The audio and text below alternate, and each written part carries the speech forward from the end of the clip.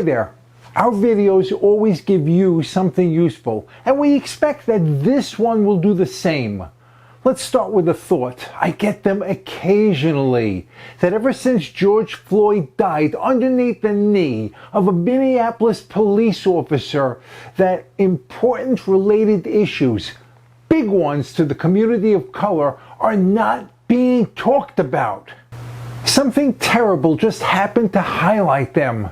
There were 106 shootings in Chicago on Father's Day weekend. 106!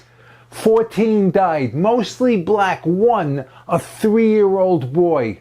The terrible thing is that 106 shootings is only a little higher than what happens there on many weekends. The United States is a nation that began with protest.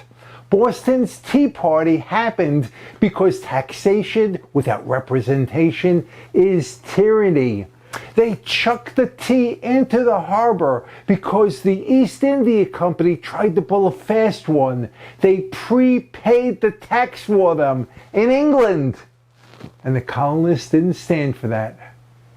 Protests about something real can make a difference. This is especially true in the United States, where the government gets its power from the people, not from the divine right of kings.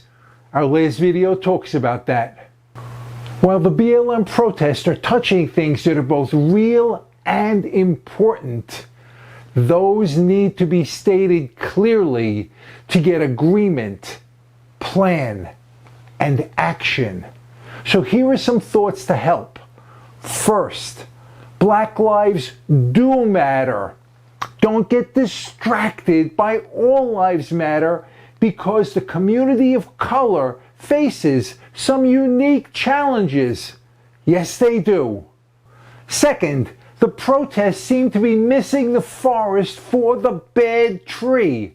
I neither deny that a racist policeman, minister, person exists, nor that racism isn't built into some systems. But, and there's always a but, BLM has to pay attention to other issues, including the thousands of young black men and women who are murdered each year by other people of color. Third, there's a huge gap between the blue and brown communities. You'd think Chicago citizens would be running to the police to help them find the shooters. They're not. That's a big problem.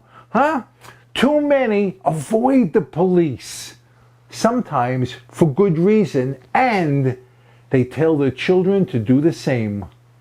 Fourth, problems are getting buried under extreme words and actions. Riots and arson distract from the goal of building a better life for Black Americans. Not every police officer, even a black one, is a racist.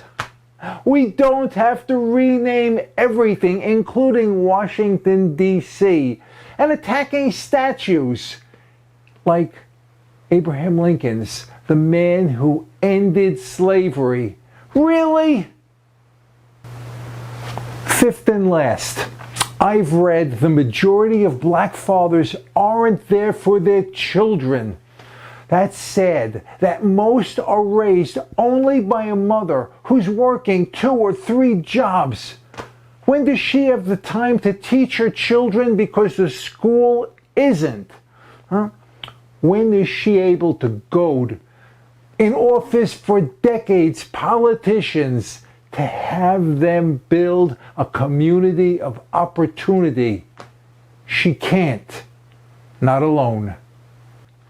Without a father in their life, sometimes because he's in jail, who are the children going to learn from? Not to steal, to carry a gun, to deal drugs. Who will they emulate? Some join gangs to fill the void. I don't know.